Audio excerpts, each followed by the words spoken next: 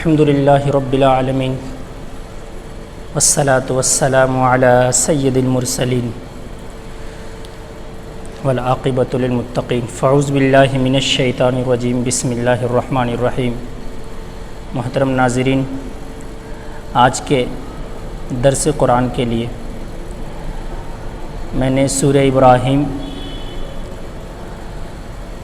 رکوع نمبر 17 کا انتخاب کیا ہے، چونکہ ذی الحجہ کا مہینہ چل رہا، اس کی مناسبت سے ابراہیم علیہ السلام کی جو سنت ہے قربانی، جس کو ہم ابھی چند دنوں میں کرنے والے ہیں، اس کی مناسبت سے میں نے سورہ ابراہیم جو پارہ نمبر 13 میں ہے، رکوع نمبر 17 سے آج کے درس قرآن کے لیے منتخب کیا ہے۔ فاعوذ باللہ من الشیطان الرجیم بسم اللہ الرحمن الرحیم۔ وَإِذْ قَالَ إِبْرَاهِيمُ رَبِّ اجْعَلْ هَذَا الْبَلَدَ آمِنًا وَاجْنُبْنِي وَبَنِيَّ أَن نَّعْبُدَ الْأَصْنَامَ رَبِّ إِنَّهُنَّ أَضْلَلْنَ كَثِيرًا مِّنَ النَّاسِ فَمَن تَبِعَنِي فَإِنَّهُ مِنِّي وَمَنْ عَصَانِي فَإِنَّكَ غَفُورٌ رَحِيمٌ۔ اور وہ وقت یاد کرنے کے قابل ہے جب ابراہیم علیہ السلام نے اپنے پروردگار سے دعا فرمائی کہ اے میرے رب، آپ اس شہر کو امن والا بنا دیجئے، وَجْنُبْنِي وَبَنِيَّ أَن نَّعْبُدَ الْأَصْنَامَ، اور بچائیے مجھے اور میری اولاد کو کہ ہم بتوں کی پرستش کریں، بتوں کی عبادت کریں۔ ربی، اے میرے پروردگار، انہن اضللن کثیرا من الناس، اے میرے پروردگار، بے شک ان بتوں نے بہت سارے لوگوں کو گمراہ کیا ہے۔ فمن تبعنی فانہ منی، اے میرے رب، جو میری اتباع کریں تو وہ مجھ میں سے ہیں، ومن عصانی، اور جو میری نافرمانی کریں، فإنک غفور الرحیم، تو بے شک آپ بخشنے والے ہیں اور رحم فرمانے والے ہیں۔ ابراہیم علیہ السلام کی پوری زندگی پہ اگر غور کیا جائے تو پوری زندگی آپ کی توحید کے لیے جد و جہد میں گزری ہے۔ پوری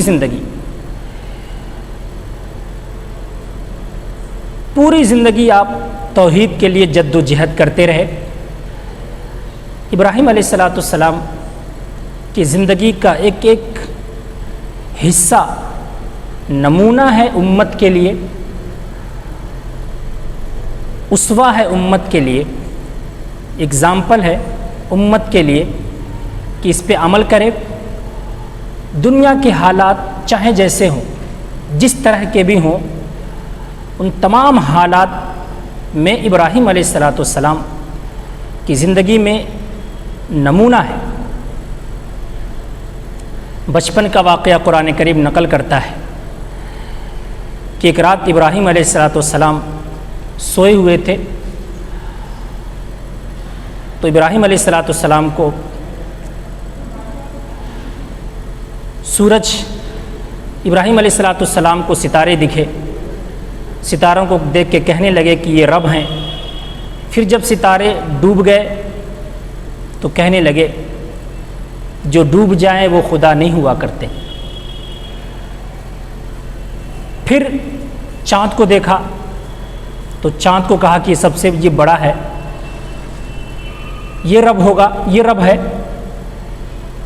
پھر جب چاند بھی ڈوب ہو گیا دن کے نکلنے کے ساتھ، تو ابراہیم علیہ السلام نے فرمایا کہ جو ڈوب جائے وہ خدا نہیں ہوا کرتا۔ جب سورج نکلا تو سورج کو دیکھ کے کہا کہ یہ تو بہت بڑا ہے اور یہ تو بہت بڑا رب ہے۔ پھر سورج بھی ڈوب گیا تو آپ نے فرمایا کہ انی لا احب العافلین، میں ڈوب جانے والوں سے محبت نہیں کیا کرتا۔ تو پتہ چلا جو رب ہوتا ہے نہ کبھی وہ ڈوبتا ہے، نہ کبھی وہ آنکھوں سے روپوش ہوتا ہے۔ رب ہر حال میں، ہر وقت، ہر طرح موجود ہے۔ تو ابراہیم علیہ السلام کی پوری زندگی توحید کے لیے ہے، توحید کی جد و جہد کے لیے ہے۔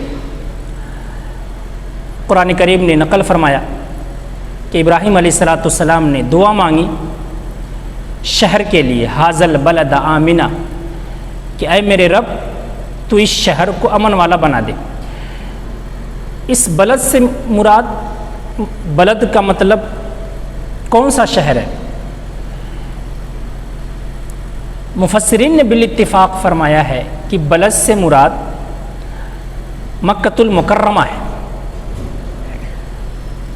سورہ بقرہ کے اندر یہی دعا آئی ہے، لیکن وہاں پر البلد الف لام کے ساتھ نہیں ہے، وہ خالی وہاں پہ بلد ہے۔ یہاں پہ الف لام کے ساتھ معرفہ بنا کر کے بتایا، اسی لیے مفسرین نے کہا اس شہر سے مراد خاص مکۃ المکرمہ ہے۔ ابراہیم علیہ السلام نے امن کی دعا مانگی سب سے پہلے مکۃ المکرمہ کے لیے۔ پتہ چلا امن بہت بڑی چیز ہے۔ امن، چین، سکون، شانتی بہت بڑی چیز ہے۔ کسی بھی ملک کی ترقی کے لیے ضروری ہے کہ اس ملک میں امن، چین، سکون رہے۔ جب ملک میں آگ لگی ہوگی، جب ملک فتن و فساد سے لڑ رہا ہوگا، جب ملک دنگوں سے جوجھ رہا ہوگا، تو نہ ملک کے باشندے ترقی کریں گے اور نہ ملک ہی کبھی ترقی کرے گا۔ اسی لیے کسی بھی ملک کی ترقی کے لیے ضروری ہے کہ اس ملک کے اندر امن، چین، سکون ہو، تبھی جا کر کے کوئی ملک ترقی کر سکتا ہے، کوئی شہر ترقی کر سکتا ہے۔ تو ابراہیم علیہ السلام نے امن کی دعا مانگ کر کے ایک بہت بڑی چیز مانگی مکۃ المکرمہ کے لیے۔ اس کے بعد فرمایا کہ وَجُنُوبُنِي وَبَنِيَّ أَن نَّعْبُدَ الْأَصْنَامَ، اے میرے پروردگار مجھے اور میری اولاد کو شرک اور بتوں کی پرستش سے بچائیے۔ تمام گناہوں میں سب سے بڑا گناہ شرک ہے۔ اللہ تبارک و تعالیٰ کے ساتھ کسی کو اس کی عبادت میں شریک کرنا سب سے بڑا ظلم ہے اور سب سے بڑا گناہ ہے۔ ان الشرک لظلم عظیم، بے شک شرک بڑا ظلم ہے، اللہ کے ساتھ شرک کرنا۔ تو اس لیے بتوں کی عبادت سے آپ نے پناہ مانگی، اپنے لیے بھی اور اپنی اولاد کے لیے بھی۔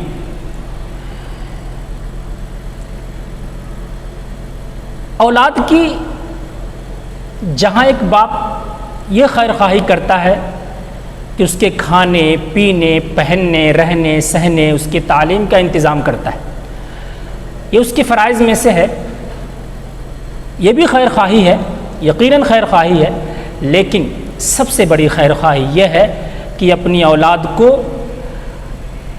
شرک سے بچایا جائے اور اپنی اولاد کو ایمان والا بنایا جائے، یہ سب سے بڑی خیر خواہی ہے۔ اگر ہم اپنی اولاد کے لیے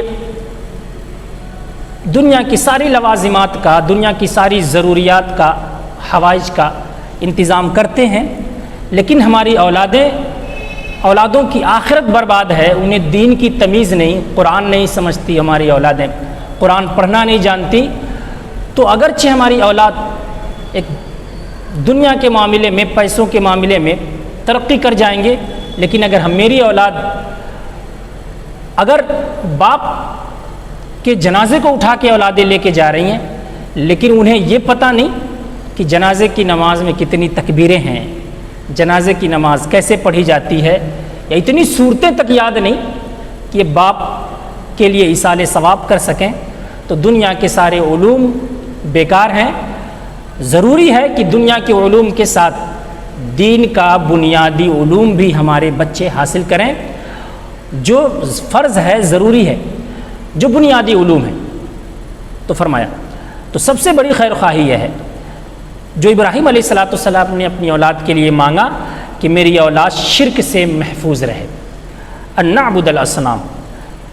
آگے فرمایا رب انہن اضللن کثیرا من الناس، اے میرے پروردگار ان بتوں نے بہت سارے لوگوں کو گمراہ کیا ہے. ہاں، بتوں نے بہت سارے لوگوں کو تباہ و برباد کیا ہے.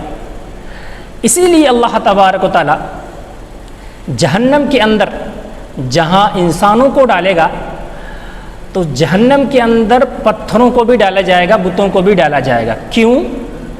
قرآن نے کہا ہے کہ ہم پتھروں کو بھی ڈالیں گے، پتھروں کو بھی جہنم میں ڈالیں گے. کیوں؟ کیونکہ جب جہنم کے اندر عابد اور معبود جن کی عبادت کی جاتی تھی وہ اور جو لوگ عبادت کرتے تھے وہ دونوں جہنم میں پڑے ہوں گے تو ان کی حسرت اور یاس میں اضافہ ہوگا کہ وہ جن کو ہم خدا سمجھتے تھے وہ تو ہمارے ساتھ یہاں جہنم میں پڑے. تو ان بتوں نے بڑا نقصان کیا انسانیت کا، بڑا نقصان کیا انسانیت کا. ایک مخلوق کو خالق سے جدا کیا. اس لیے ابراہیم علیہ السلام یہ دعا کر رہے ہیں کہ اللہ ہمیں اس شرک سے بچانا، اس بتوں سے بچانا کہ انہوں نے بہت سارے لوگوں کو گمراہ کیا ہے. آگے فرمایا فمن تبعنی فإنہ منی، جو میری اتباع کرے وہ مجھ میں سے ہے. ومن عصانی فإنک غفور الرحیم، اور جو میری نافرمانی کرے تو بخشنے والا اور رحم فرمانے والا ہے. ابراہیم علیہ السلام نے یہ نہیں کہا ومن عصانی، جو میری نافرمانی کرے تو اے رب تو اسے جہنم میں ڈال دے. اور یقیناً جو انبیاء کرام کی نافرمانی کرتے ہیں اور بغیر توبہ کے، بغیر کلمہ شہادت کے پڑھے ہوئے، بغیر ایمان کے مر جاتے ہیں، ان کا ٹھکانہ عبدالآباد کے لیے ہمیشہ ہمیشہ کے لیے جہنم ہے. لیکن نبی نے غفور الرحیم کا لفظ استعمال فرمایا، وہ اس لیے کہ نبی کے سینے میں جو دل ہوتا ہے وہ تمام انسانوں کے لیے برابر دھڑکتا رہتا ہے، تمام انسانوں کا ہمدرد رہتا ہے، چاہے وہ ایمان والا ہو اور چاہے وہ غیر ایمان والا ہو. ہمیشہ ان کی یہ چاہت رہتی ہے، ان کی یہ خواہش رہتی ہے کہ ایک ایک بندہ اسلام قبول کرے، ایک ایک بندہ میری پیروی کرے تاکہ وہ جہنم میں جانے سے بچ جائے. فرمایا ومن عصانی، جو میری نافرمانی کرے اللہ تو بخشنے والا ہے، تو اسے ہدایت دے سکتا ہے. اس کو فرمایا من عصانی فإنک غفور الرحیم. آگے فرمایا ربنا انی اسکنت من ذریتی بواد غیر ذی زرع عند بیتک المحرم. اے ہمارے پروردگار، بے شک میں نے آباد کر دیا ہے اپنی اولاد میں سے اپنی اولاد کو ایک ایسے وادی میدان میں جو غیر ذی زرع ہے. غیر ذی زرع کا مطلب ایسے ہم نے علاقے میں اپنی اولاد کو بسایا ہے جہاں نہ گھاس ہے، جہاں نہ کھانے پینے کی کوئی چیز ہے، جہاں نہ ہریالی ہے اور جہاں نہ پانی ہے. اے میرے رب، میں نے وہاں آباد کیا ہے عند بیتک المحرم، تیرے پاکیزہ محرم، تیرے پاکیزہ گھر کے پاس. عند بیتک المحرم. قرآن نے جو یہ دعا نقل فرمائی ہے ابراہیم علیہ السلام کی، یہ بڑا مشہور واقعہ ہے. تمام ذی علم اور اکثر امت اس سے واقف ہے. یہ ابراہیم علیہ السلام کی دعا ہے جس کو قرآن نقل فرما رہا ہے. یہاں پہ قرآن نے اس کو بیان کیا ہے. ابراہیم علیہ السلام ملک شام میں تھے. وہاں پر جبریل امین کے ذریعے سے حکم ہوا کہ میرے پیارے نبی، آپ میرے گھر کی تعمیر فرمائیں، میرے گھر کی تعمیر کریں. طوفان نوح کے اندر جو خانہ کعبہ ڈھہ کے مسمار ہو گیا تھا، اب اس کی تعمیر کی ذمہ داری ابراہیم علیہ السلام پر ڈالی گئی.